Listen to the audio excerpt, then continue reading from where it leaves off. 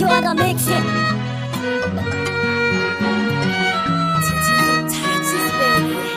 Ni ba ranta ba, ita ma ba yarena ba. So yasa ne na biye mata ƙarshe cikin wuya ta shigar da ni. A cikin wuya ta shigar da ni. Shani rayuwar ɗa da miji ya zama dole sai da nema. Hakan ya saka na ƙaura garinmu domin in bar fama. Rufa wa kaina asiri iyaye na su ji daɗi su ma. Siyo addu'a garan da nima na samu kyawun makoma. Na bar gari na haɗa kaya na zuwa garin Adamawa. Da yamma nige muka isa gare da babu sani na kowa. Shanin kar babban gari na yi gabas yamma na yi dawowa.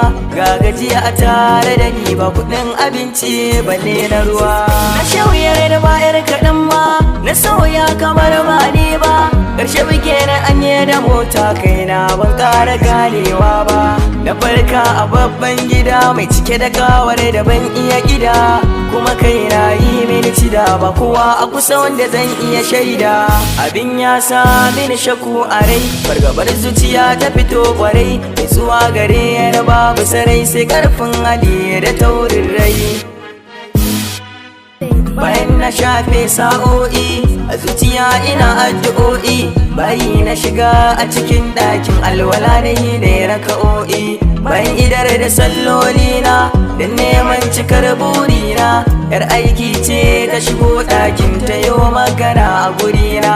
Abin ka da baya ba shiru ne kamar ban jiyo ba. Da ɗan matso ta ƙaran duba ta ce karo ban amsawa ba. A lokacin na ɗanya azanci gari ta ni na yau gwaranci. Murmushi ne ta ɗanya alamun ta gane ta ce min ga abinci. Na ɗau lokaci ina jinya da tambayoyi kunshi a kuriya. Amma ko da yaushe da murmushi ta kan ajan abinci ta juya. Abin ya ci ya cinye har na fara shiga matsuwa. Ita ba yare na bani ba na taba magana ba ta yiwuwa.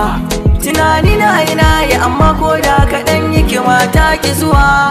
Da zana furta kalami a gare ta ko kaɗan ta yi ganewa. Mai sauraro ka tara a gaba da labarin bai fara ba. Wannan so mun taɓa ne ashe ma kira ce mazambaciya.